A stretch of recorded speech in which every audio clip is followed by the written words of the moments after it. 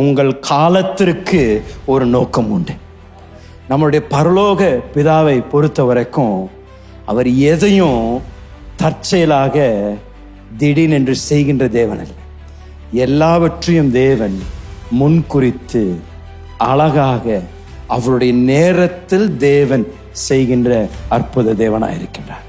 அப்படி என்றால் இன்றைக்கு நீங்கள் கடந்து போகின்ற பாதை, நீங்கள் இப்பொழுது அனுபவித்துக் கொண்டிருக்கின்ற இந்த காலம் தற்செயல் அல்ல. தேவன் அதற்கு ஒரு நோக்கத்தை வைத்திருக்கின்றார்.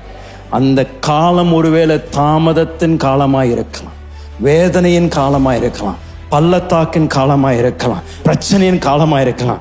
ஆனால் உங்களை பார்த்து நான் சொல்கிறேன், இந்த காலத்தை கொண்டு தேவன் உங்களுடைய வாழ்க்கையில் ஒரு அற்புதமான ஒரு காரியத்தை செய்யும்படியாக தேவன் கிரியை செய்து கொண்டிருக்கின்றார். ஐயா, நீங்கள் சோர்ந்து போயிடாதீங்க. உங்கள் காலம் ஆண்டவர் அதை அனுமதித்திருக்கிறார். அதற்கு ஒரு நோக்கம் உண்டு.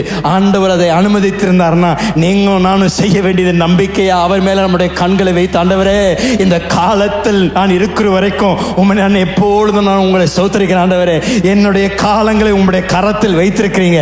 ஏற்ற நேரத்தில் காலங்கள் நிறைவேறும் பொழுது எனக்கு உண்டான வார்த்தைகளை நீர் நிறைவேற்றுவேன், எனக்கு சொன்ன வாக்குத்தத்தங்களை நீர் நிறைவேற்றுவேன். அது வரைக்கும் நான் சும்மா அமைதியாக இருந்து நான் காத்திருப்பேன். எபிரேயர் 10:23 அவருடைய வார்த்தை சொல்லுகின்றது, நம்மளுடைய நம்பிக்கையின் அறிக்கையை என்ன பண்ணுமாமா? அசைவில்லாமல் உறுதியாக இருக்க கடவும். அப்படின்னா பக்கத்துக்கு பார்க்க சொல்லுங்க, அசையாதீங்க, உறுதியாயிருங்க.